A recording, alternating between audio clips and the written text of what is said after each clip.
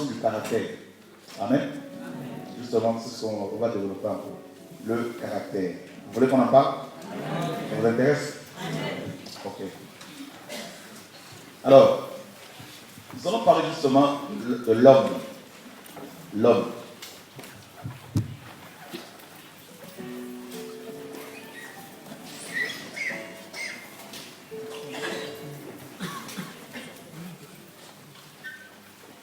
Quelqu'un peut-il nous lire 1 Thessaloniciens chapitre 5, verset 23?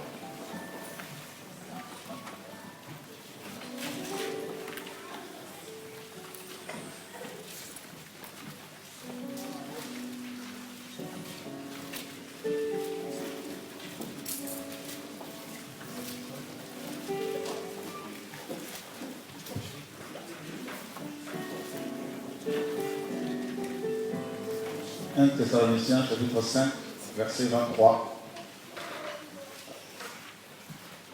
1 Thessaloniciens 5, à partir du verset 23. Je vais lire. Que le Dieu de paix vous sanctifie lui-même tout entier, et que tout votre être, l'esprit, l'âme et le corps soient conservés irréprochables lors de l'avènement de notre Seigneur Jésus-Christ. Ok. Alors, Paul, dans ce passage, nous apprend que l'homme est un esprit, l'homme est une âme, et l'homme est un corps physique. Et vous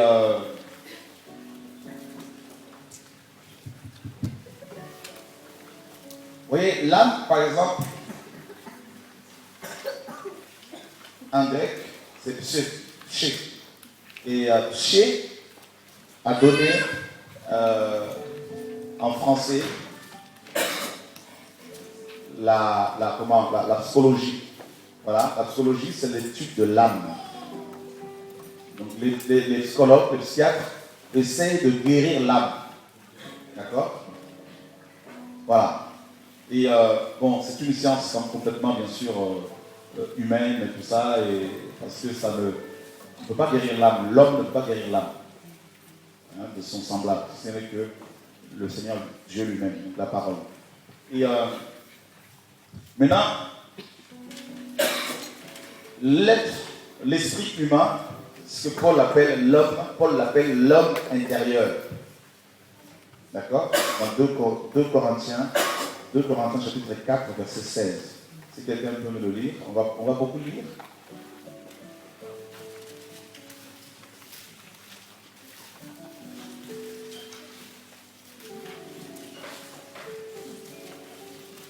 « 2 Corinthiens 4, 16. Quelqu'un l'a trouvé? Dès que quelqu'un l'a trouvé, il peut le lire. Hein, Jessica?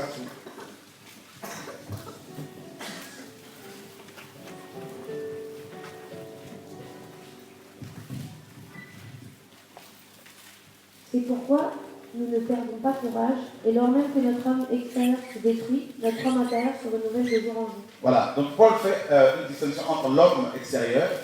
Donc, l'homme extérieur, c'est le corps. D'accord? Et l'homme intérieur, c'est l'esprit. Votre esprit est identique à votre corps. Vous devez le savoir. Pareil. Il est identique. Et il dit que l'homme intérieur se renouvelle chaque jour. Se renouvelle chaque instant, chaque jour, tout le temps. Et l'homme extérieur se détruit, mais pas l'homme intérieur. Alors, et dans Zacharie chapitre 12, verset 4, si quelqu'un peut le lire rapidement aussi. Zacharie chapitre 12.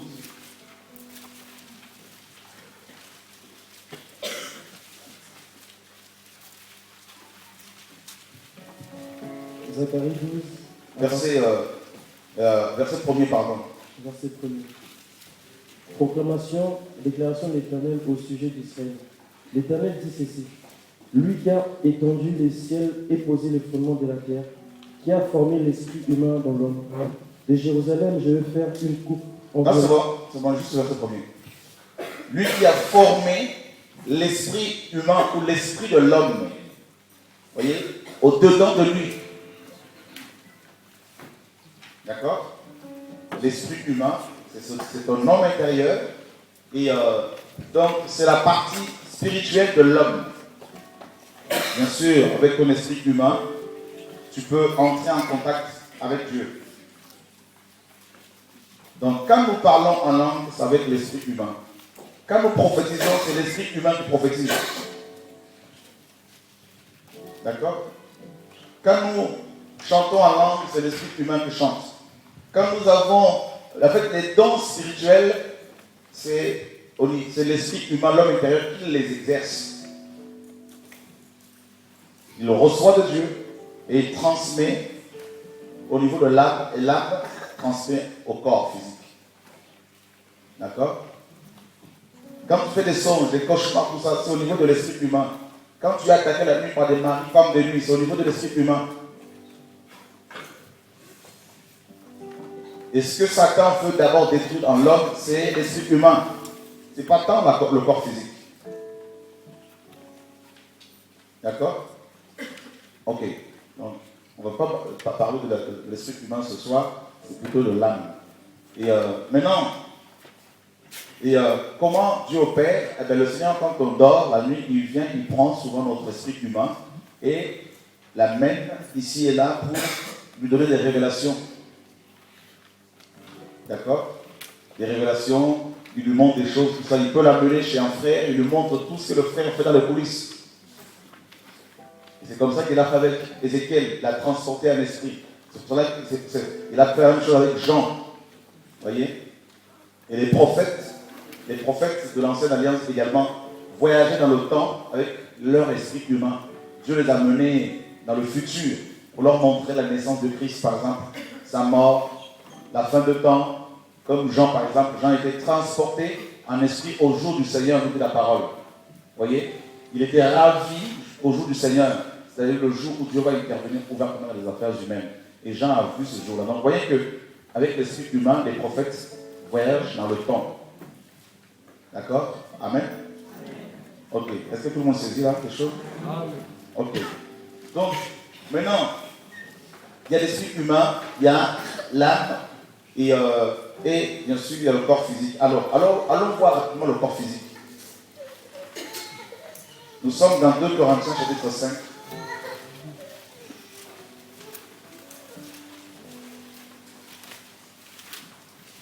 Quelqu'un peut-il nous lire du verset 1er au verset 4?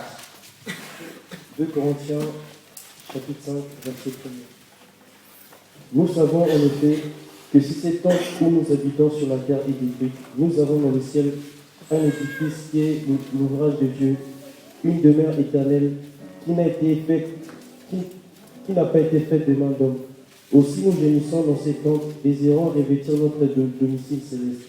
Si du moins nous sommes trouvés vêtus et non pas nus.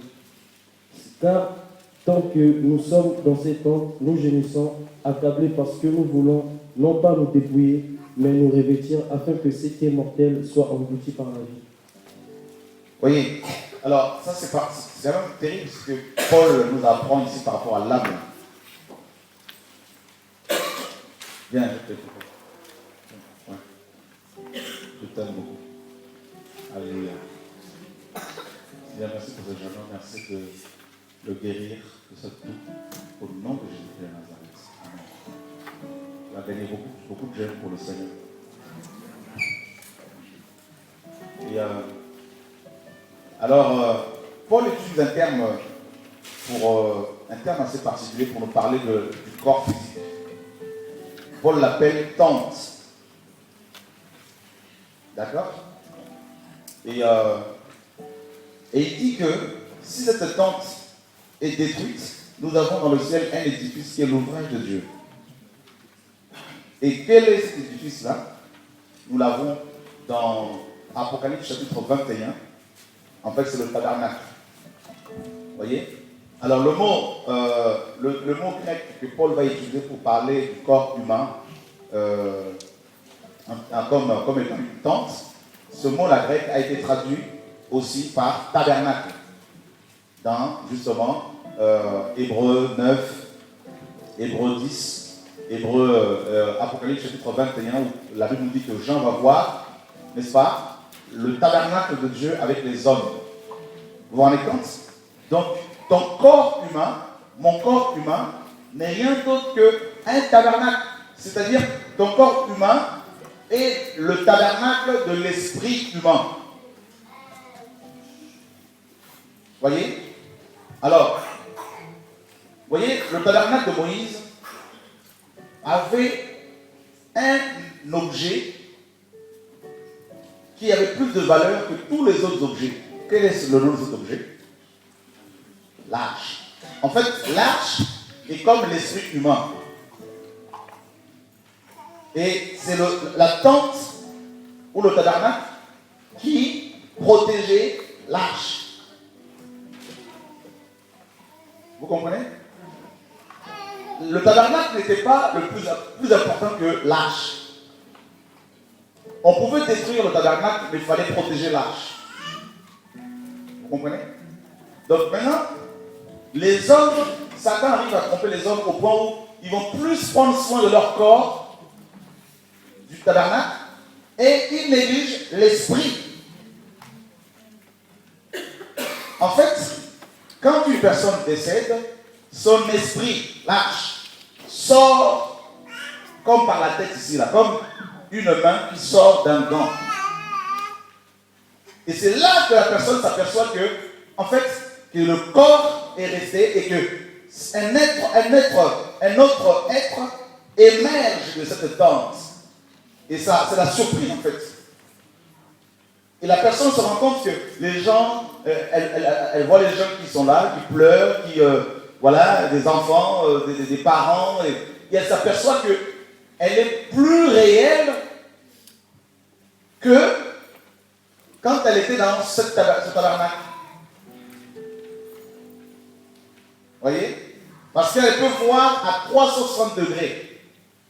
Elle peut facilement zoomer. Elle est dans la pleine connaissance.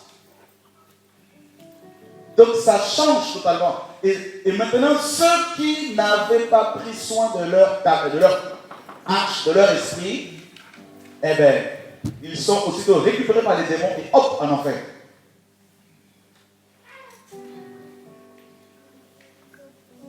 Et ceux qui avaient pris soin de nourrir leur esprit avec la parole, dans la prière, parce que plus vous priez, plus votre esprit se forme. Plus vous méditez la parole, plus l'esprit mange, comme quand votre corps mange. Voyez? Et le jour de la mort, l'esprit qui était bien nourri, bien préparé, bien approvisionné, sort en bonne santé et est récupéré, transporté par les anges au ciel, dans la gloire. C'est comme ça que ça se passe.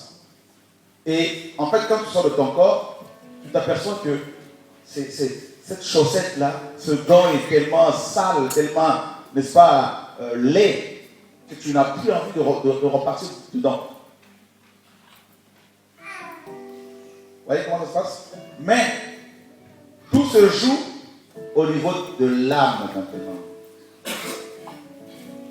Il y a l'esprit, l'arche, il y a le corps, la tente d'assignation, la maison, l'édifice.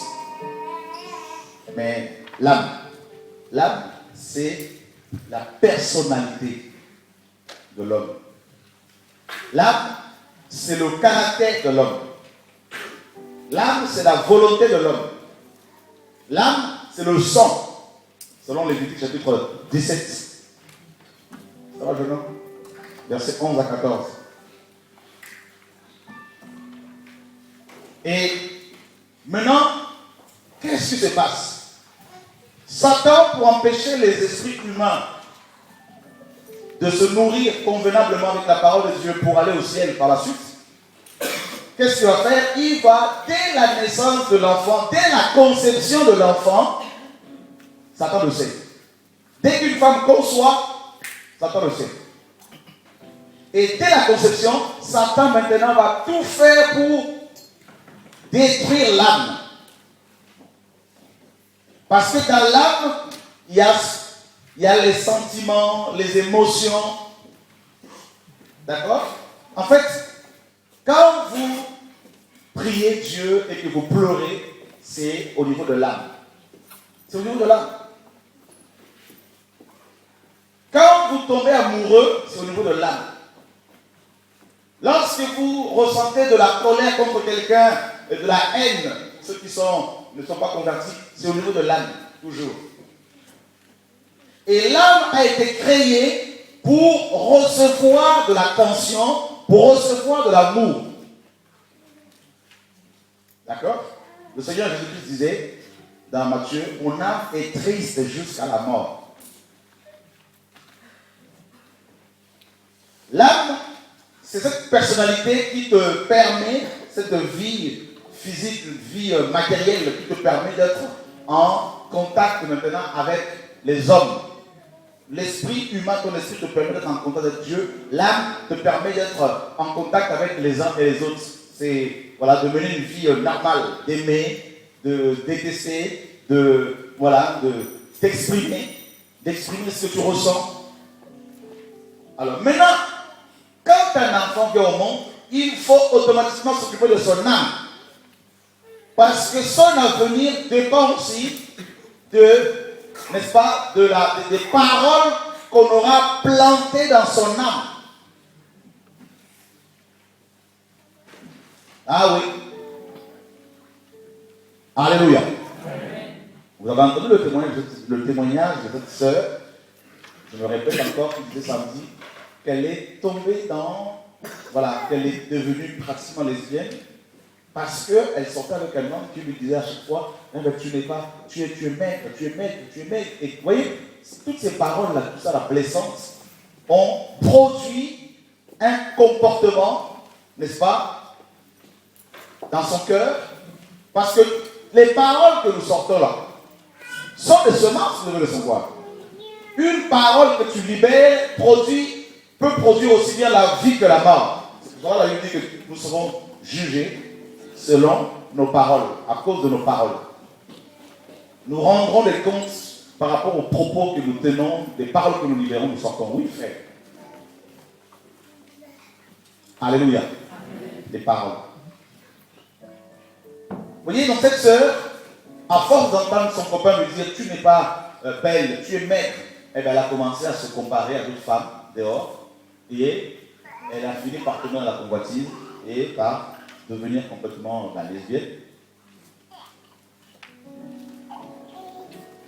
C'est pour cela que Jacques nous dit ceci. Regardez.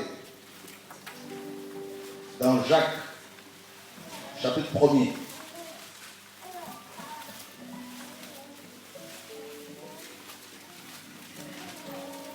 Verset 21. Quelqu'un peut le lire? Jacques 1er à partir du verset 21. C'est pourquoi, rejetons toute souillure et tout excès de malice, recevez avec douceur la parole qui a été plantée en vous et qui peut sauver vos âmes. La parole qui a été plantée en vous et qui peut sauver vos âmes. Paul parle-t-il au païen ici? Il parle à qui? Qui pense que Paul s'adresse aux... Non, Jacques s'adresse aux chrétiens ici. Tout le monde, bien sûr. Vous vous rendez compte qu'il est en train de parler aux chrétiens alors disant que la parole qui a été plantée en eux pouvait sauver leurs âmes. Mais ça veut dire que leurs âmes n'étaient pas encore sauvées.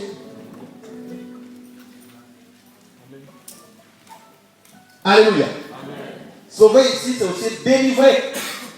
Parce que ton esprit peut être sauvé, régénéré, mais ton âme, maintenant, qui n'est pas encore libéré des paroles dures qu'elle a emmagasinées, entendues, reçues toute sa vie, cette âme qui est blessée peut empêcher ton esprit de prier, de méditer la parole, de servir Dieu, peut bloquer, peut emprisonner l'esprit humain. C'est pour cela que mes amis, le seul médicament qui peut guérir ton âme blessée, c'est la parole de Dieu. Et vous comprendrez pourquoi Satan ne veut pas que nous méditions la parole.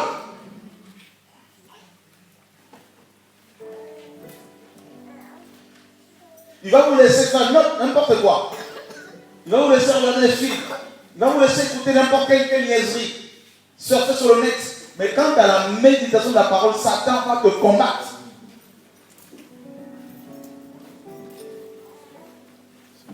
La parole qui a été plantée en vous peut sauver vos âmes. Waouh. Waouh. Je prends un exemple. Dans une famille, les enfants n'ont aucun dialogue avec les parents. Le seul dialogue qu'ils ont, c'est la bagarre, les cris, les propos, n'est-ce pas, sanguinaires, et voilà. Et imaginez un peu cette famille, cet enfant qui est né dans cette famille, qui a vu par exemple son père et sa mère se battre, se crier dessus, qui a vu sa mère se faire insulter par son père, et qui a grandi dans cet environnement, qui a vu son père alcoolique, qui a vu son père sortant, rentrant tard la nuit, qui a vu son père lui parlant avec méchanceté, lui disant mais t'es pas beau, t'es pas belle, fais-toi dans ta chambre là-bas, laisse-nous tranquille. Cet enfant qui n'a eu que des coups sur coups, cet enfant qui, n'est-ce pas, ne va pas être écouté par ses parents, qui n'est pas écouté par ses parents, n'est-ce pas, le seul langage qu'ils ont adopté, c'est le langage de la violence. Eh bien, imaginez un peu cet enfant qui grandit dans cet environnement. Eh bien, au fur et à mesure que le temps passe, son âme se déforme. Sa volonté se déforme. Et l'enfant va maintenant développer un caractère très très dur, un caractère méchant, irascible, acariâtre et vulgaire pour pouvoir se protéger. Vous voyez? Donc ça peut conduire, ce comportement au sein de la famille peut conduire l'enfant à la délinquance, au vol. Je prends un exemple. Un petit garçon qui va voler. Parce qu'on ne lui donnait pas à manger correctement. Et les parents qui apprennent cela, au lieu de poser la question à l'enfant, pourquoi tu fais cela mon chéri? Tout de suite c'est des coups, des cris. L'enfant se braque. Il ne veut plus exprimer. Parce qu'il y a une raison pour laquelle il avait posé cet acte. Mais on ne veut pas l'amener à s'exprimer, à exprimer sa frustration. On va plutôt essayer de guérir, de soigner ce mal à la surface. Mais on ne va pas à la racine. On va traiter les conséquences au lieu de traiter les causes. Voyez? Et l'enfant va pleurer parce qu'il a reçu le coup. Il va être puni dans un petit coin. Il va rester là. Et puis son âme est blessée. Il va ressasser toute cette colère, cette haine qui va se développer, qui va ronger son âme. Il va se mettre dans une bulle pour se protéger. Pour les filles, ça peut être le sexe, la masturbation pour les garçons, les filles aussi, la cigarette, la drogue, les films porno, érotiques. Ça peut être l'internet. L'enfant va se réfugier sur le net, va s'accrocher sur le net à discuter avec des amis inconnus, fictifs, tout ça. Vous voyez? Donc, l'enfant, il développe ce monde à lui. Il devient solitaire. Il va à la maison. Quand il rentre des cours, et encore s'il est encore à l'école, il va rentrer dans la cuisine, il mange vite fait dans son coin, vite. Il va dans sa chambre, il s'en fait un coup, il sort pour aller voir les grands frères du quartier ou les amis du quartier. Il n'y a pas de dialogue avec les parents. On ne mange pas ensemble avec les enfants. Voyez? Et si c'est un couple, c'est des cris, c'est de la bagarre, et un jour ça finit par divorcer. Voilà, et quel témoignage pour nous qui sommes chrétiens? Zéro. Voilà comment ça se passe.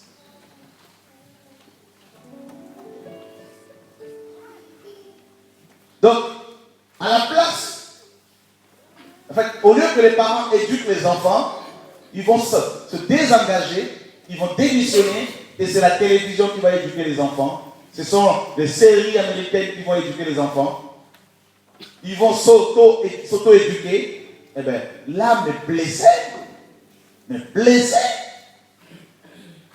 Vous allez voir cette jeune femme qui va avoir 20 ans, qui peut tomber vite fait amoureuse comme ça, mais alors qu'elle aime l'homme, mais elle aura des difficultés pour correctement exprimer correctement son amour. Parce qu'elle est blessée. Donc, tout conseil que l'homme peut lui donner, je prends l'exemple de la femme par exemple, peut paraître pour elle comme un ordre. Parce qu'elle est révoltée contre l'autorité de son père, de sa mère. Donc, du coup, le conseil que son mari ou son fiancé peut lui donner, elle va voir ça comme un ordre. Et puis elle va monter, elle va s'énerver. Et puis ça va être la guerre. Et à chaque fois, elle va pleurer après. Elle va se rendre compte qu'elle agit mal, mais elle est prisonnière.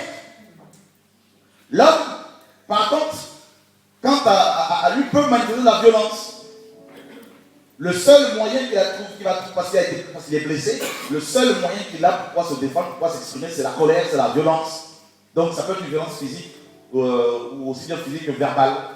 Eh bien, voilà, la femme du coup, alors que l'homme aime sa femme, l'homme aime sa fiancée, mais il y a la violence dans son langage. Donc du coup, ben, la femme est complètement tétanisée. Vous voyez? L'homme se met en colère facilement. Il s'énerve. Il s'emporte à la maison. Et la femme le sait, mais elle veut le couvrir. Il y a cette colère qui est là, permanente, tout ça, la colère. Non, mais celui-là, je l'attrape, celui-là, c'est... Vous voyez, c'est parce que, quelque part, l'âme est blessée.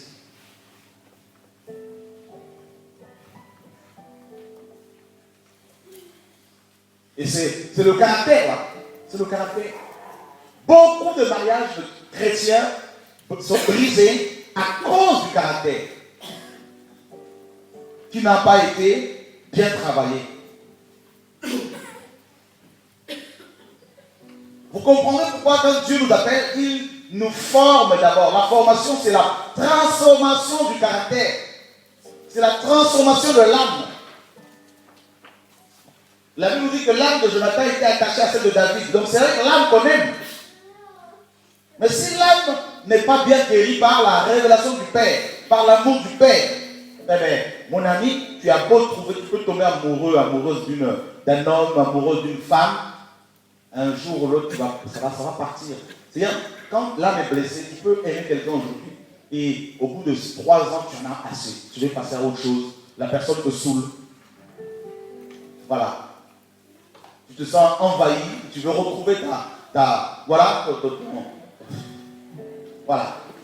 vie de solitaire. L'âme est blessée. Et si c'est une femme qui est blessée, qui a subi des violences sexuelles, elle peut s'enfermer dans un cocon. Elle peut faire semblant que tout va bien, mais en fait, elle a été blessée, violée. Voyez? Vous comprenez pourquoi une femme qui donne sa virginité à un homme, elle ne va jamais oublier. La femme ne va jamais oublier le premier homme. Pourquoi? Parce que son acte blessé. En général. Parce que c'est le sang coule lors des premiers rapports. Donc la femme, sans se rendre compte, donne son âme. Parce que l'âme c'est le sang c'est l'âme. Donne son âme à l'homme. Et elle va tomber en général follement amoureuse. Mais si l'homme un jour la trompe, et la femme est blessée, elle est marquée à vie, elle est brisée. Et elle peut maintenant commencer à aller sexuellement avec n'importe quel gars pour se venger. Et c'est comme ça que beaucoup après deviennent lesbiennes, homosexuelles, beaucoup deviennent des prostituées. Et ça fait n'importe quoi.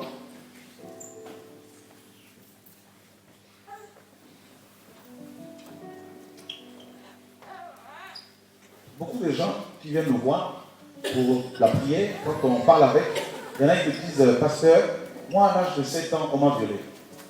Voilà comment ma vie, à partir de cette date-là, ma vie a pris un autre tournant. Voilà. Je suis devenu méchante. Il y a des gens qui viennent nous voir pour nous dire, voilà, moi je suis homosexuel, voilà, je suis devenu homosexuel parce que mon frère m'a violé. Et bien depuis ce jour-là, je suis devenu homosexuel.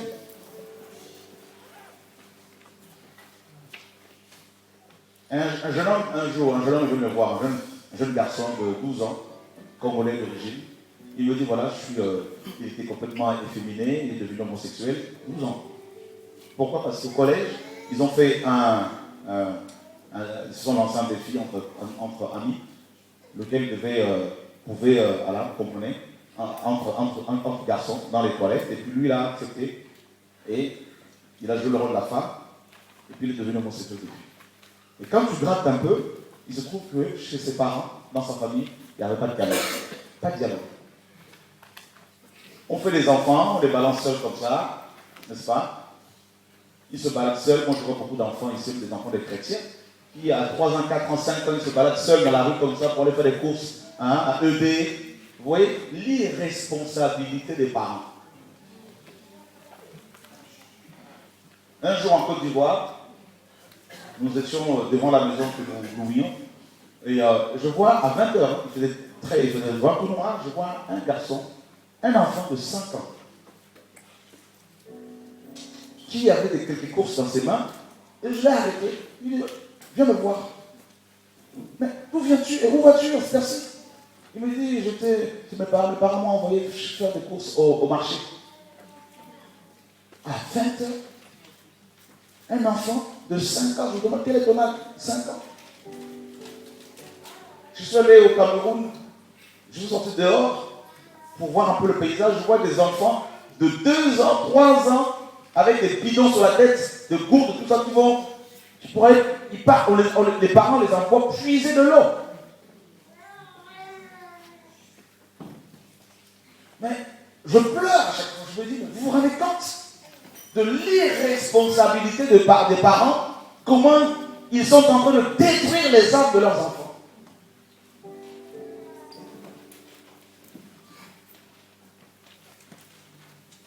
Et comme nous sommes dans des sociétés issues de cultures où les enfants n'ont pas droit à la parole, les jeunes, donc du coup les enfants n'ont pas de dialogue avec les parents. Si les enfants de 3 à 4 ans posent des questions, beaucoup de parents leur disent « Taisez-vous, taisez-vous, taisez-vous ».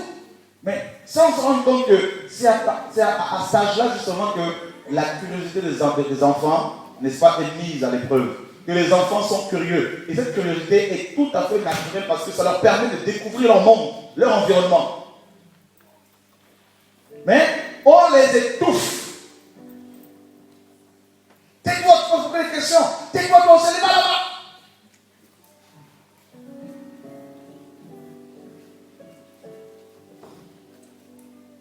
Waouh! J'étais un jour avec mon fils, Jonathan, dans la voiture. Il me dit, papa, tu es un bon père. Parce qu'on dialogue. Parce que j'écoute leurs avis. Je leur pose des questions. Depuis leur bas âge, comment pensez-vous de telles choses? Qu'est-ce que vous pensez? Viens, venez, on va discuter, on va manger, on va jouer ensemble. On peut sortir, aller faire un footing, faire du foot ensemble. Les enfants se développent. Ils n'ont pas peur des parents. Ils peuvent te faire des câlins. Chez beaucoup de chrétiens, ça n'existe pas parce qu'eux-mêmes, ils n'ont pas reçu cela. Donc, bien que ta pasteur, chrétien, prophétesse, évangéliste, leur âme est blessée. C'est pour ça que quand ça va se marier, la personne là, ça va divorcer facilement. Ça n'a aucun principe de la famille, aucun principe de la vie.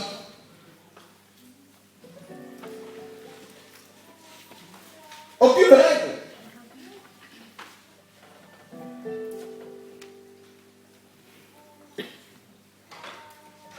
C'est pour cela que beaucoup peuvent voler l'argent de Dieu, faire n'importe quoi, ils ne veulent pas être disciplinés, c'est l'âme. À la base, les parents ont raté leur travail. Et les parents des parents aussi ont raté leur boulot.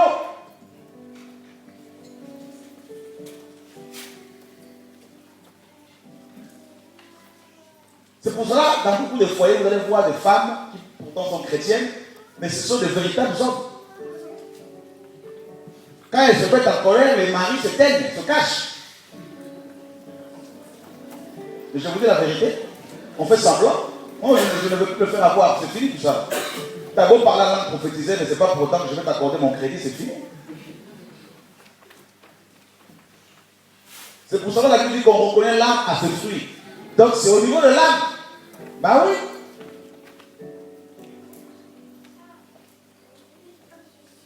Il y a beaucoup de frères, tout ce qu'ils ont dans la bouche, c'est je suis le chef, je suis une autorité, tu dois te soumettre. Parce que pour eux, le chef est celui qui crie, qui fait peur, pour se faire obéir. Alors que le chef est celui qui sert, celui qui écoute les avis. Vous voyez? Qui échange, qui partage, qui anticipe. Qui sont ceux et celles qui ont besoin de guérir au niveau de l'âme?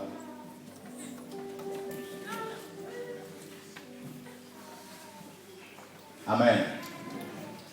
Voyez? Alors nous faisons souvent semblant, nous sommes là. Les dons peuvent nous tromper si nous ne faisons pas attention. Hein? Alléluia. Quelqu'un qui se convertit à peine commence à prophétiser, tout le monde croit qu'il est spirituellement bon, assis, fort. Non! Ce sont des faveurs imméritées. Hein? On est dans une assemblée, dans un ministère où l'onction coule. Normalement, quand on rentre dedans, on peut facilement prêcher, on va voir l'onction se manifester, on dit ça y est, je suis devenu le grand apôtre, le grand prophète. Mais l'âme est blessée, l'âme est dans le vol, l'âme est dans le mensonge, l'âme est dans l'insoumission, et bien cette personne ne va pas aller loin. T'as beau faire des kilomètres avec le ministère, tout ça, à un moment donné, l'âme va te dire, chérie, arrête-toi là. Vrai ou faux? Ben voilà. Faites la liste des gens que vous connaissez, qui avaient le feu qui était là, tout feu, tout flamme. Parfois j'étais là dans mon coin, je regardais, je me disais, c'est bien tout ça. On est passé par là. Alléluia. Les jeunes ils vont dire aux vieux, oh les vieux là ils sont vieux.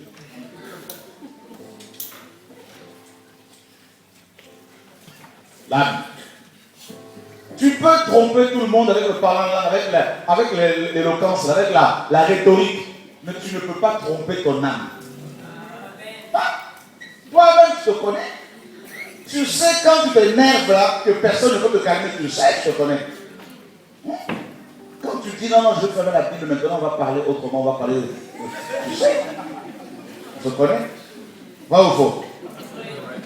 Voilà. Seigneur, moi je ne pardonne pas.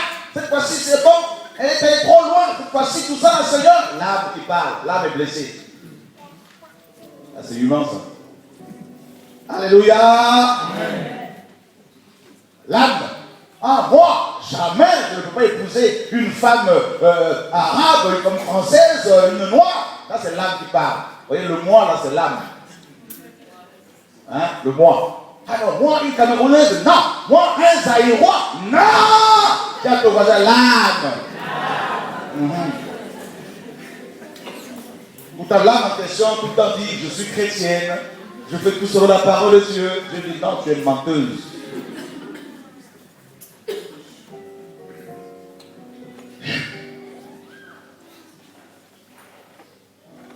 Et quand tu commences à tailler un peu l'âme, on pleure.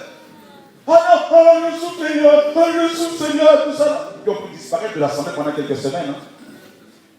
Un mois, on ne voit plus la personne. On l'appelle, le portable est éteint. Je peux voir les gens, c'est fini. Je vois que c'est dans mon coin. C'est bon, cette fois-ci j'ai eu ma dose, c'est bon, c'est réglé. De toute façon, si je vois à l'assemblée que personne ne me salue, je ne vois personne. On arrive à l'assemblée, là, le visage, le complètement fermé. Et puis le jour où Dieu va te briser bien comme il faut, tu vas tellement avoir honte. Dans la prière, tu auras envie de te cacher. Oh Seigneur, pardon. Oh pardon, c'est moi qui ai dit ça, Seigneur. C'est moi qui ai fait ça. Oui, c'est toi qui as fait ça. Un jour, j'ai demandé au Seigneur de me montrer mon état d'âme, frère. J'ai eu des frissons. J'étais encore pasteur. Je venais de sortir de la délinquance un peu, tout. Dieu m'a pris, il m'a onctionné, il m'a mis dans le ministère. Alors, il y avait des choses qui s'opéraient. Alors, je me disais, ça y est, je suis arrivé. Vous voyez? Mais un jour, pendant que je dormais, Dieu m'a montré, il m'a donné une vision. Je me suis vu avec un pistolet menaçant les gens qui ne voulaient pas m'écouter. Si tu ne te reprends pas, je vais te tuer, tu seras là. Oula! Frère, quand je me suis réveillé, je me suis gratté à la tête du Seigneur, c'est bon, j'ai compris. Pardonne-moi. L'âme. Qui a besoin de guérir au niveau de l'âme? Alléluia. L'âme te dit, t'as vu, ta femme t'a blessé. Mais tu peux trouver mieux qu'elle, hein? À moi, on ne parle pas comme ça.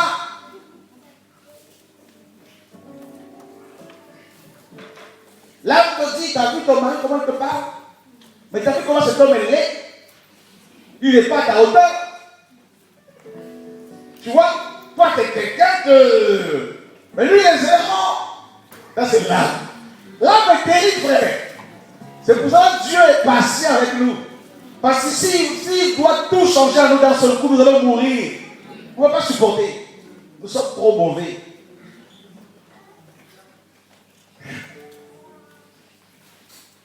Un jour, j'étais là, je disais, Seigneur, t'as vu comment les gens me combattent? Il me dit, oui, je sais. Mais c'est toi que je change. Quand même, Dieu. Tu utilises les gens pour m'attaquer et c'est moi que tu changes? Oui. Et pour te demander. Je dormais, il m'a dit ça. Après, quand je me suis réveillé, qu'est-ce que tu veux faire? Tu vas être en colère contre lui? Trop petit.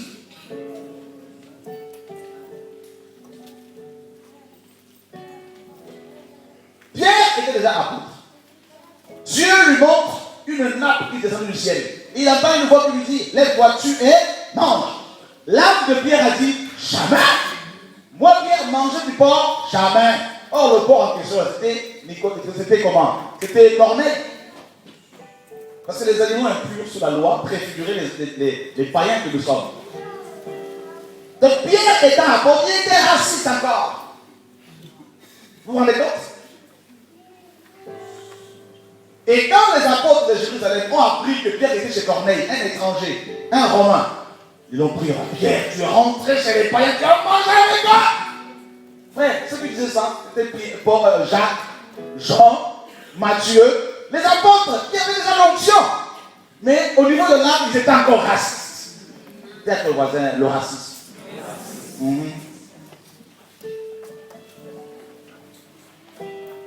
Et Dieu va devoir travailler, il a travaillé l'âme de Pierre. Frère, ne crois pas que Dieu ne va pas te... Même moi qui vous parle, tout le jour Dieu change mon âme. Oui. Il prend son temps. Au fur et à mesure, il va te tailler, il va te façonner. Tu es là, tu te grattes la tête. Mais qu'est-ce qui m'a pris pour me convertir là? Vraiment, qu'est-ce qui m'a pris? Je ne capte plus rien depuis que je suis converti. Ma vie, c'est comme si j'étais du surplace. Je n'avais pas autant d'ennemis. Maintenant, j'ai plein d'ennemis. C'est normal parce que ton âme doit être changée.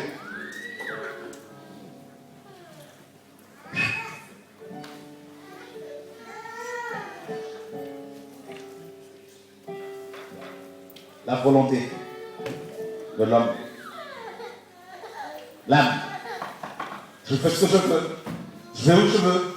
Je parle à qui je veux. Je me marie avec qui je veux. Ça, c'est l'âme. Mais quand Dieu commence à te changer, l'âme commence à dire, Seigneur, je me soumets à ton esprit, à mon esprit humain. Et mon esprit humain est soumis au Saint-Esprit. Waouh! Alléluia! C'est pas facile, hein? Vous savez, Jésus, c'est son âme qu'il a sacrifié, vous devez le savoir. Pour nous sauver, il a sacrifié son âme. L'âme, c'est le sang. Donc, vous voyez, c'est pour cela qu'il a dit, Père, si c'est possible que cette coupe s'éloigne de moi, mais toutefois, non ma volonté, mais ta volonté. Waouh! Il a sacrifié son âme. Eh bien, c'est ça la croix. L'instrument que Dieu a choisi pour libérer l'homme des contraintes charnelles de l'âme, c'est la croix. Donc quand on parle du vieil homme, le vieil homme, c'est l'âme. L'âme et l'esprit qui ne sont pas régénérés. L'âme qui commande, l'âme qui décide.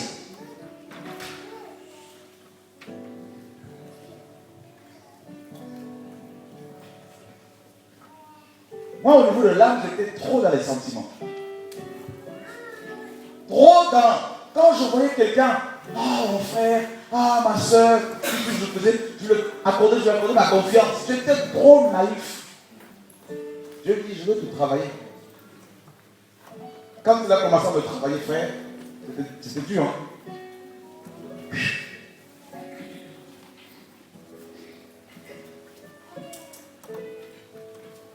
N'épousez pas quelqu'un dont l'âme n'est pas encore changée parce que vous allez souffrir. Ah non.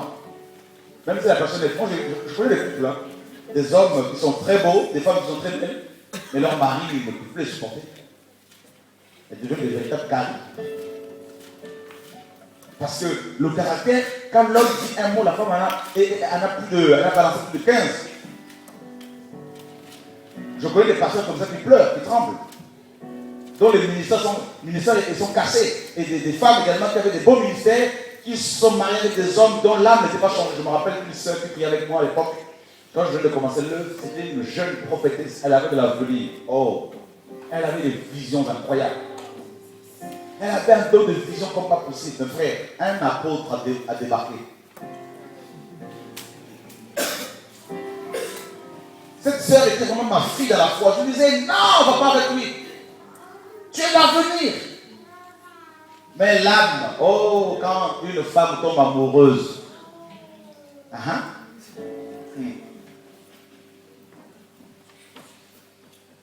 elle s'est accrochée à l'homme. Un jour, je faisais la délivrance d'une sœur de la Réunion avec cet homme. C'est apôtre. Je me suis absenté quelque temps. Je suis parti au petit coin. Et il a violé digitalement cette femme. Pendant qu'elle était sous l'onction, manifestant des démons. Et la sœur en a parlé après. Mais cette sœur qui priait avec moi était quand même amoureuse de lui. Ils se sont mariés. Le premier enfant, drépano. Chaque mois, il faut le transfuser jusqu'à ce jour. Et l'enfant a 12 ans et demi. Et il peut rester 6 mois à l'hôpital. Chaque mois, on le transfuse. Sinon, il meurt. Le deuxième enfant, même maladie, mais moins. Le troisième, le deuxième était décédé à l'accouchement. Le troisième a la même maladie. L'homme a commencé par tromper cette femme. Vous inquiétez pas, les choses qui sortent. Dieu va vous libérer. Amen. Dieu va vous faire libérer. Et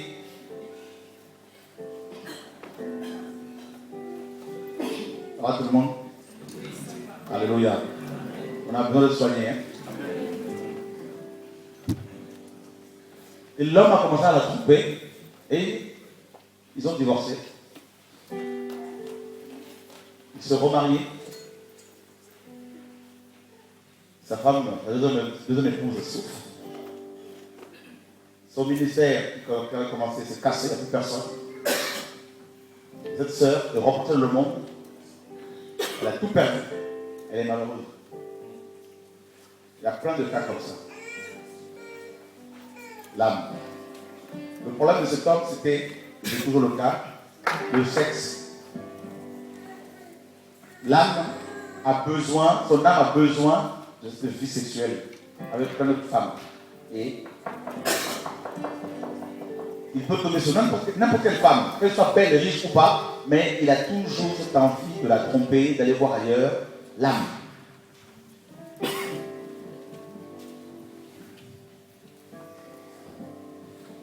Il se rend compte qu'il est blessé au niveau de l'âme, qu'il a besoin de la guérison.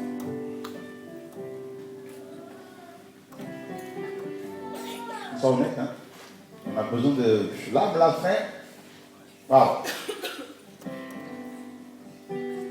J'ai vu des couples se briser parce que, à la naissance d'un enfant, l'homme disait, il va s'appeler Jacques. La femme disait, non, c'est Pierre, problème, dispute. Ils peuvent rester, j'ai vu des couples chrétiens, même des pasteurs, qui pouvaient rester 1 mois sans se parler. Un couple, un jour, m'a invité un homme et une femme m'ont invité chez eux. La femme s'occupait des femmes dans leur assemblée, l'homme prêchait les hommes. Ils m'ont dit, parce que nous avons des problèmes, et nous pouvons rester 3 mois sans nous parler. Mais chacun, à l'assemblée, exerce son ministère. Ils avaient des grands enfants, des enfants de plus de 20 ans. Et aujourd'hui, ils ont divorcé. L'âme.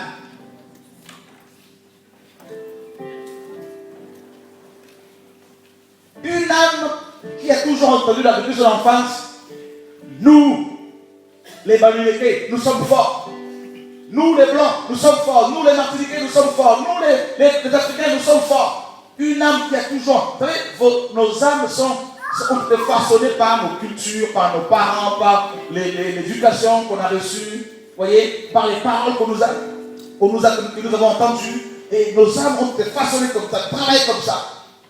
Maintenant, cette personne, cette âme qui se convertit, donc son esprit est régénéré, reçoit les dons de l'esprit, se met à parler à langue, à prophétiser. Les gens vont voir ce frère, ils vont dire, oula, il est vraiment spirituel. Mais non, ce sont des dons, des faveurs imméritées. Mais son âme doit être changée.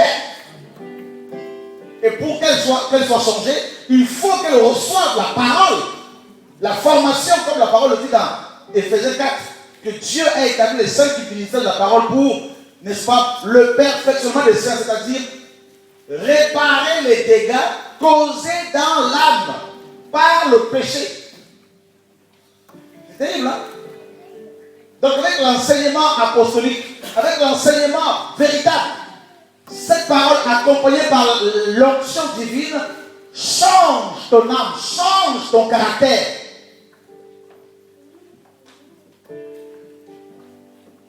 Une femme qui aime toujours être au devant, qui aime toujours avoir le dernier mot, une femme qui veut être leader, qui veut commander, une fille qui a grandi comme ça, si un jour elle se marie, si son âme n'est pas réglé, guérie, elle va détruire son couple.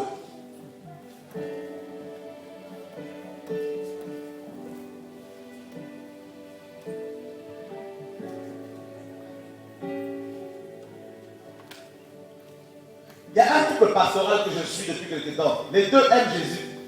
Ils ont 4 enfants. Et à l'heure actuelle, ils sont séparés. Ils ont fait une séparation de corps depuis 2 ans et demi bientôt. Enfin 3 ans bientôt.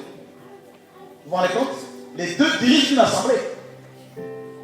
Et l'assemblée est presque détruite à cause de leur problème de couple. Parce que la femme va confier ses problèmes à son petit groupe de femmes qu'elle gère. L'homme va confier ses problèmes de couple à d'autres hommes. Donc cette division a eu des répercussions dramatiques, désastreuses dans l'assemblée. Et beaucoup sont partis. Il n'y a plus grand chose. Et la femme envisage maintenant, n'est-ce pas, une séparation définitive. En fait, en gros, c'est le divorce. Si elle ne veut pas l'admettre, il n'y a plus rien à faire. Je leur ai dit, je suis limité. Vous ne laissez même pas au Seigneur l'occasion de pouvoir vous aider, donc on n'y peut rien. C'est fini. Pourtant, il est pasteur, elle est prophétesse. Il n'y a plus rien à faire. Ils ne vivent pas en France, ils sont à l'étranger. Je les encadre. Vous voyez, il n'y a rien à faire. Ils sont mariés chrétiens. Je vois des hommes qui, soi-disant, aiment les femmes. Mais quand ces femmes se retrouvent confrontées à des problèmes avec leur famille, ces hommes ne sont même pas là présents pour pouvoir les aider. Ils disparaissent. Quand je vois ça, je me dis, ça, c'est pas un comportement chrétien. C'est pas de la maturité. Ce sont des hommes qui peuvent avoir 25 ans, 26 ans, mais ils sont immatures.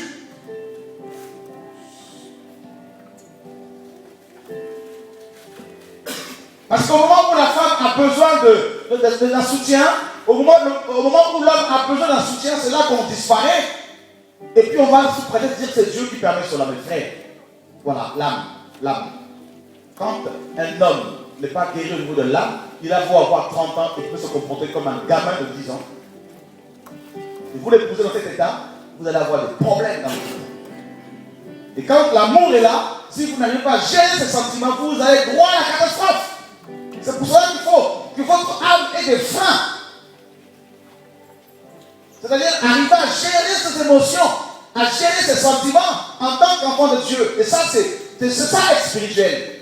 Une femme spirituelle, un homme spirituel peut aimer quelqu'un, mais en même temps, il doit avoir la capacité, la force de dire non, Dieu passe avant toute chose. Alléluia.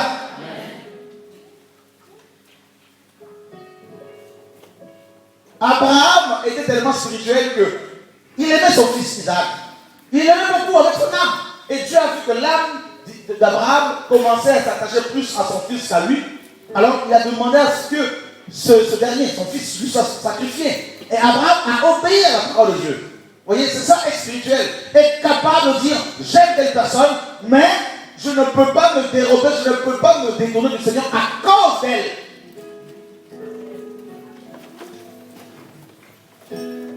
Alléluia.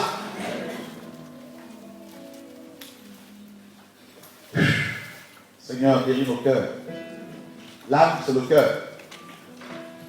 Marc 7 nous dit que du cœur de l'homme viennent les mauvaises pensées, les adultères, l'impudicité, la convoitise, la colère, Voilà, c'est au niveau du cœur, de l'âme. Voilà. Vous comprenez pourquoi il faut que l'âme soit guérie. Si vous n'êtes pas guéri au niveau de l'âme, même si vous vous mariez avec la femme la plus belle, vous allez la tromper tout le temps. Vous allez tout le temps convoiter.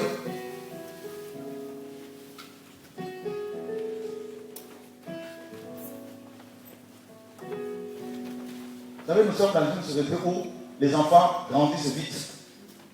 À 10 ans, les enfants ont déjà des responsabilités. À 10 ans, les filles s'habillent comme des grandes femmes. Vous voyez?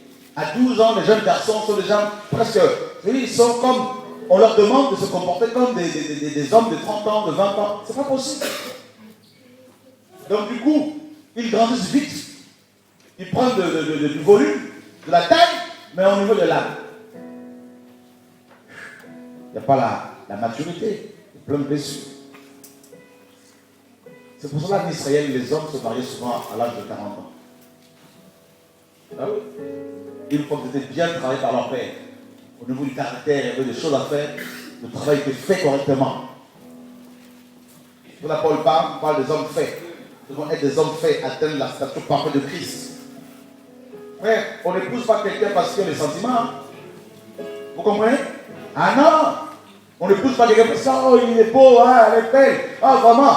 Non, on épouse l'âme. C'est l'âme qu'on épouse, c'est pas le corps physique. Vous comprenez? Bah oui.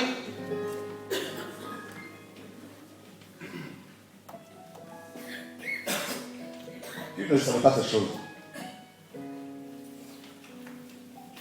Ah, parce qu'il y a des sentiments, je veux épouser la personne, parce que Dieu m'a déjà eu un songe, tout de suite c'est bon, c'est bon, c'est bon. Oui, c'est bien tout ça.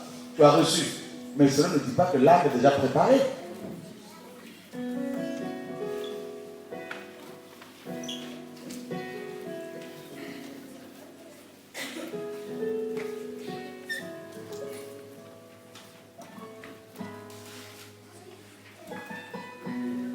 Un jour, je parlais avec un jeune futur couple.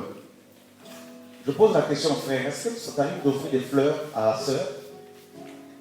Ils ont des projets tous les deux. Le frère me dit, je le ferai dans le mariage. Je lui ai dit, mais tu n'as rien compris. Comment veux-tu offrir des fleurs à ta future épouse après les noces, alors que présentement, tu ne vis pas le mariage? Sauf qu'il n'y a pas la consommation, mais tu peux vivre le mariage pendant les temps. Vous voyez, il y a des choses à faire. Hein. Il faut une formation. Il faut que les gens soient formés, éduqués. Beaucoup de parents ont raté l'éducation de leurs enfants. Donc, il faut, avec la parole, il faut rattraper l'éducation. Ah oui.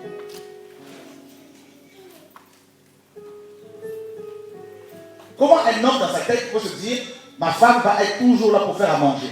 Comment est-ce qu'un homme chrétien digne de son nom ne peut-il pas se dire, je peux et je dois faire à manger aussi?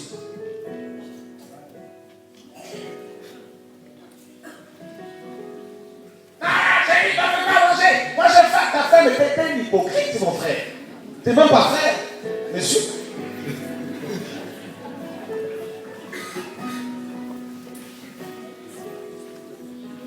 Tu tétanises ta femme à chaque fois.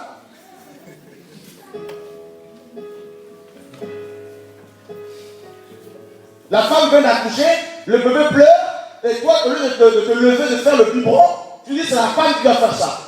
Elle doit changer les couches tout le temps. Toi, tu es là, tu dors, tu regardes la télévision, tu manges parce que tu es là.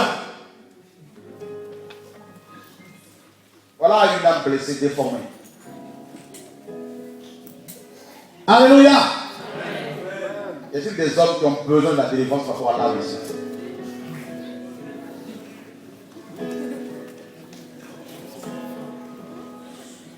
Qui t'a dit que la femme est une machine à tout faire? Qui t'a dit que la femme est une poule pondeuse?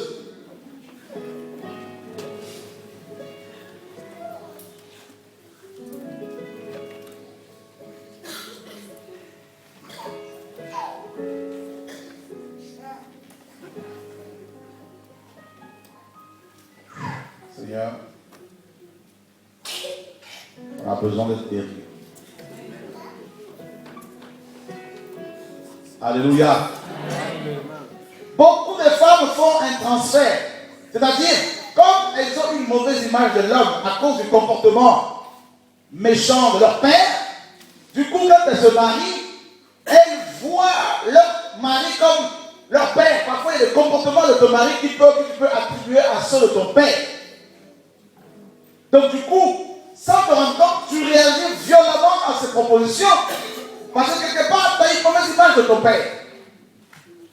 Ou de ton ex.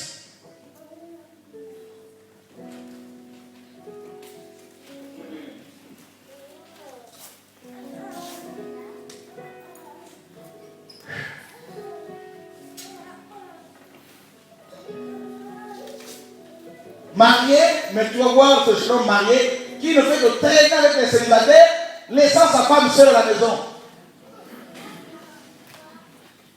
Et ça trouve ça normal.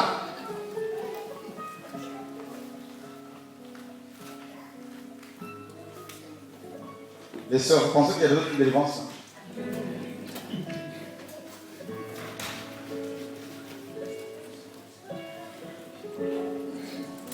Si l'homme est blessé par rapport à l'argent, l'homme va être cachotier, l'homme va ou la femme. Quand il reçoit son salaire, il ne va pas en parler à sa femme. Chérie, moi je paye le loyer, toi tu achètes la nourriture. Déjà il y a division dans le couple. Dis à ton voisin, il y a la division déjà. L'homme qui traite son père et sa mère et s'attachera à sa femme. Et les deux deviendront une seule chair. Mais par contre, il y a deux comptes. Le compte de l'homme avec sa carte bancaire, le compte de la femme avec sa carte bancaire. Dis à ton voisin, division. Vrai ou faux? Qui a besoin de la délivrance ce soir?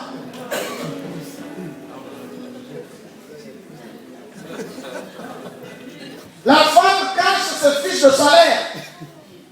L'homme également. Écoute Louise, est-ce que tu as payé le loyer? Moi j'ai fait déjà ma part. J'ai acheté la nourriture. J'ai payé les biens. L'eau. Il faut payer l'eau, le loyer. Dis à ton voisin, lave. Lave.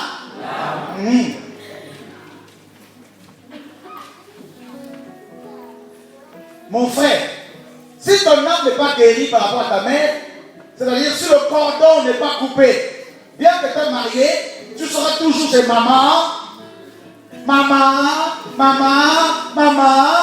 le matin chez maman, à midi chez maman, le soir chez maman, mais ta femme te dira, mais chérie, toi toujours, tu es toujours là, maman, et tu transformes ta femme aussi en maman. Demandant le biberon, du lait. Voilà un homme de 30 ans qui est en train de téter. Voilà, sa femme est devenue sa maman. C'est-à-dire, elle ramasse ses chaussures qu'il balance partout. L'homme est tellement blessé qu'elle est complètement dans le désordre. Quand l'homme rentre du boulot ou je ne sais pas d'où, ses chaussures, c'est dans tous les sens, il les balance, son manteau par terre. Hein? Et c'est la maman qui passe derrière, la maman épouse qui passe derrière pour ramasser. Oh mon enfant. Y a-t-il des hommes comme ça? Les sœurs, vous n'allez pas le dire à haute voix. Alléluia! Y a-t-il besoin d'une guérison ce soir?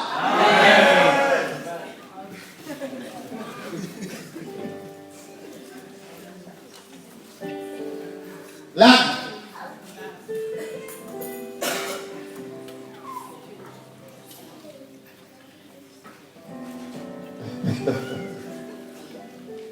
Seigneur, guéris nos cœurs. C'est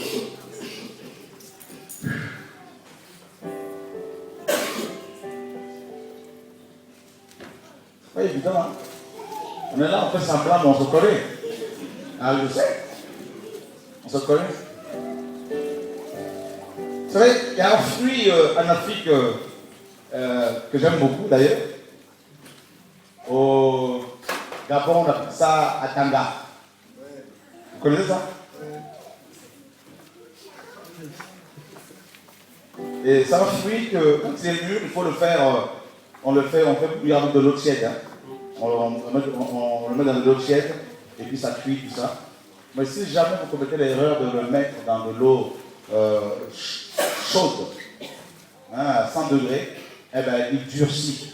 Et du coup, vous ne pouvez plus le faire, n'est-ce pas, cuire, et c'est fini, il n'y a plus rien à faire. Eh bien, beaucoup de chrétiens sont comme ce fruit. Ils ont tellement souffert, ils ont tellement reçu le coup de la part de leurs parents, amis, maris, femmes, qu'ils sont durcis, leur caractère est devenu tellement dur qu'il n'y a que la grâce de Dieu. Un jour, je priais, j'étais sur mon lit prostré, et on m'a amené au ciel, et on m'a déposé dans les bras du Père, il caressait ma tête, j'étais là, papa, papa. Et mon âme était guérie. Guérie. L'amour du Père a guéri mon cœur, comme Malachie le dit. Il ramènera les cœurs de Père vers les enfants. La restauration de l'âme. Du coup, quand tu es guéri comme ça, tu peux pardonner à tes ennemis. Tu peux développer une vie de prière, de relation intime avec le Père. Vous voyez? Tu peux pardonner même à la personne qui t'a violé. Tu reçois le coup. Tu peux crier, pleurer, mais tu pardonnes. Parce que c'est plus fort que toi, parce que l'amour de Dieu t'a guéri. Et il y a besoin de rencontrer le cœur du Père.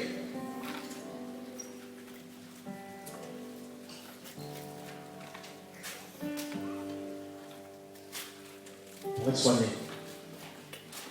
Dans la prière, dans l'adoration. Père, aide-moi. Père, guéris mon cœur. Père, délivre mon âme de la colère, de cette complexité, toutes ces complexités. Guéris-moi, Seigneur, de toutes ces paroles dures. Guéris-moi de la peur, de la timidité. Voyez, guéris-moi, Seigneur. Je veux m'accepter tel que je suis, c'est-à-dire tel que tu m'as créé, accepter tel que mon corps, tel que tu l'as créé, Seigneur. Je n'ai pas besoin de paraître. Voyez, je n'ai pas besoin de chercher à plaire aux hommes, de plaire aux gens. Parce que ton regard seul me suffit. Je n'ai plus besoin de me faire du mal pour... Je ne sais pas quoi, il y a tellement des gens, des femmes, des hommes qui vont chercher à maigrir, je ne sais pas, pour plaire aux gens. Ils se rendent compte qu'ils font des régimes draconiens, tout ça, et les hommes ou les femmes ne voient même pas les efforts que vous faites. Voyez? Alors ça vous blesse. Tu fais des régimes et qu'est-ce que tu entends? Elle est grosse. Tu dois courir. Mais ça blesse, ça blesse. Tu te dis, mais il ne voit même pas mon cœur qui saigne. Il ne voit même pas les efforts que je fais. Et tout ce qui l'intéresse, c'est mon apparence. Parce qu'il veut se glorifier de moi quelque part. Vous voyez? Et beaucoup sont blessés à cause de cela. Mais je veux te dire ce soir que le Père regarde non aux apparences. Regarde au cœur. L'homme regarde ce qui frappe le regard. Mais Dieu regarde au cœur, mon ami. Dieu connaît ton cœur. Dieu voit comment tu l'aimes, comment tu le cherches, comment tu le désires. Il n'est pas là pour nous condamner parce que nous sommes petits, parce que nous sommes gros, parce que nous sommes énormes, parce que nous sommes je ne sais pas quoi. Dieu regarde au cœur, Dieu regarde ton cœur, comment ton cœur saigne, comment ton cœur soupire après sa parole. Et si tu viens devant lui, il va te libérer de la peur, il va te libérer de la crainte des hommes, il va te libérer de cet amour que tu as pour pouvoir chercher. Tu cherches constamment à plaire aux autres. Il va te libérer de cela et tu diras par la suite comme Paul, si je vis, ce n'est plus moi qui vis, c'est Christ qui vit à moi. Waouh!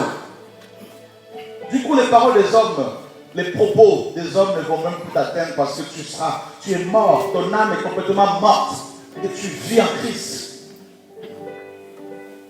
Et Paul dira, est-ce la parole des hommes que je cherche ou celle de Dieu? Si je plaisais encore aux hommes, je ne serais pas serviteur de Dieu. Ne cherche pas à plaire à qui que ce soit. Cherche à plaire à Dieu. C'est tout. Peu importe les propos des gens. L'homme est méchant. L'homme va t'acclamer aujourd'hui, demain il va te casser. Vous voyez? C'est ça l'homme. Ce que cet homme a fait subir à cette femme, tu crois que toi aussi tu peux le subir aussi? Donc, l'homme, il n'y a rien de bon dans l'homme.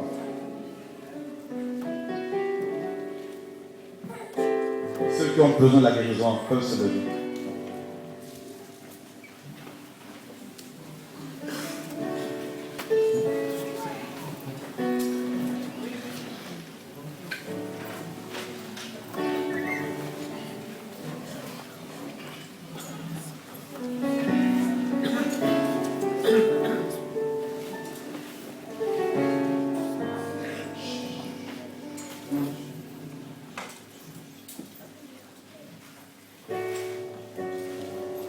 Parfois, les amis à l'école peuvent être méchants avec nous, avec vous.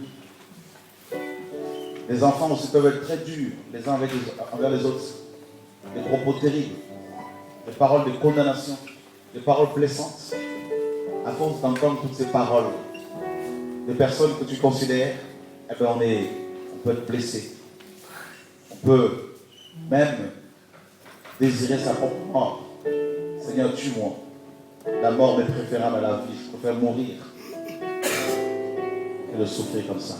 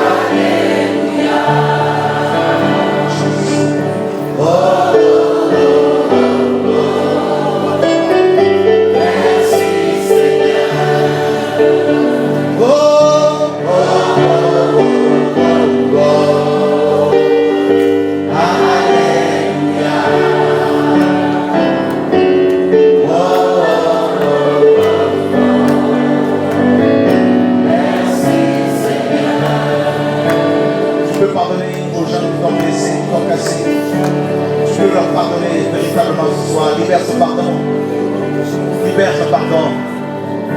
Libère-le véritablement. Libère-le véritablement. L'amour du Père va guérir ton âme, ma soeur. L'amour du Père, l'amour de l'époux va soigner ta vie. Dieu sait que tu as beaucoup souffert. Dieu sait que tu as beaucoup pleuré. Dieu sait que tu n'en peux plus. Dieu sait que tu t'en veux. Dieu sait à quel point on t'a écrasé.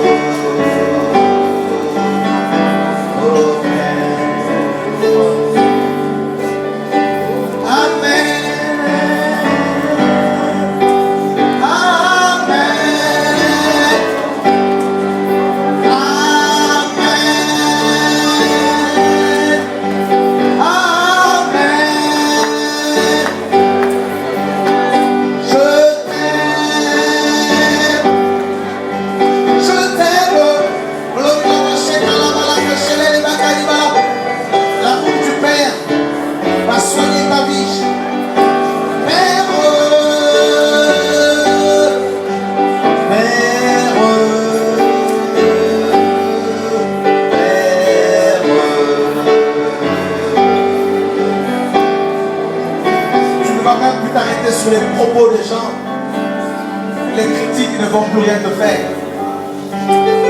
Tu seras complètement vacciné. Tu ne vas même plus dépendre des autres. Plus du tout, c'est fini cela. Prends fin ce soir. Tu n'auras plus honte de partager la parole de Dieu. Tu n'auras plus la peur. Tu n'auras plus peur de parler devant les personnes, devant les hommes, car le Père te guérit ce soir. Ô Père,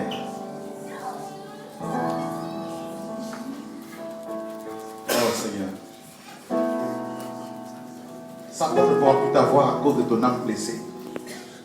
Il ne pourra plus se servir de ta colère pour t'empêcher de rentrer et de demeurer dans la présence de Dieu.